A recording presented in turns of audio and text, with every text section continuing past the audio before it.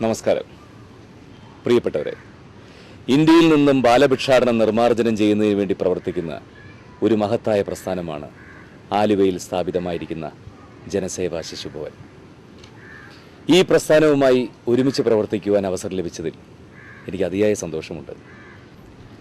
ഭിക്ഷാടനത്തിനായി പൊള്ളലേൽപ്പിച്ചും ക്രൂരമായി പീഡിപ്പിച്ചും പട്ടിണിക്കോലങ്ങളാക്കിയാണ് ഈ പിഞ്ചു കുഞ്ഞുങ്ങളെ സാമൂഹ്യ വിരുദ്ധർ ചൂഷണം ചെയ്യുന്നത്. തെരുവുകുട്ടികളില്ലാത്ത ശോഭനമായൊരു ഭാരതം കെട്ടിപ്പടുക്കാൻ നമുക്ക് ഒരുമിച്ച് മുന്നേറാം. ജയ് ഹിന്ദ്.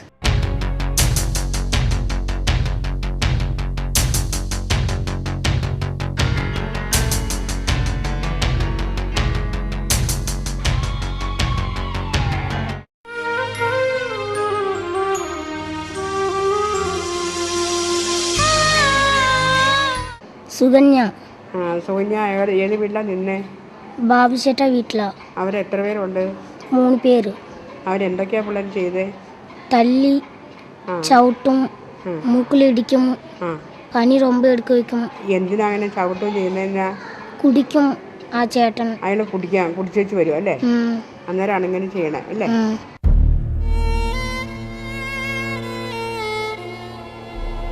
ഇവൾ സുകന്യ. അയ്യമ്പുഴയിലെ ഒരു വീട്ടിൽ ബാലവേലയ്ക്ക് നിന്നവൾ. തമിഴ്നാട് സ്വദേശിനി. വീട്ടുജോലിക്ക് നിന്നിരുന്ന വീട്ടിൽ നിന്നും സുകന്യയ്ക്ക് ക്രൂരമായ പീഡനങ്ങളാണ് നേരിടേണ്ടി വന്നത്.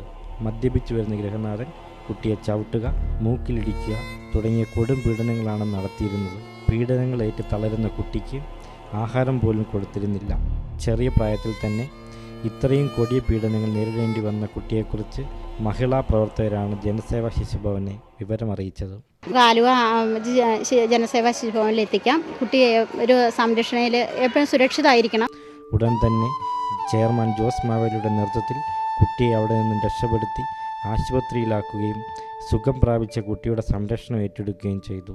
കൈപ്പേറിയ തൻ്റെ ഭൂതകാലം മറന്ന് സുകന്യ ജനസേവാ ശിശുഭവനിൽ സന്തോഷപൂർവ്വം ജീവിക്കുന്നു.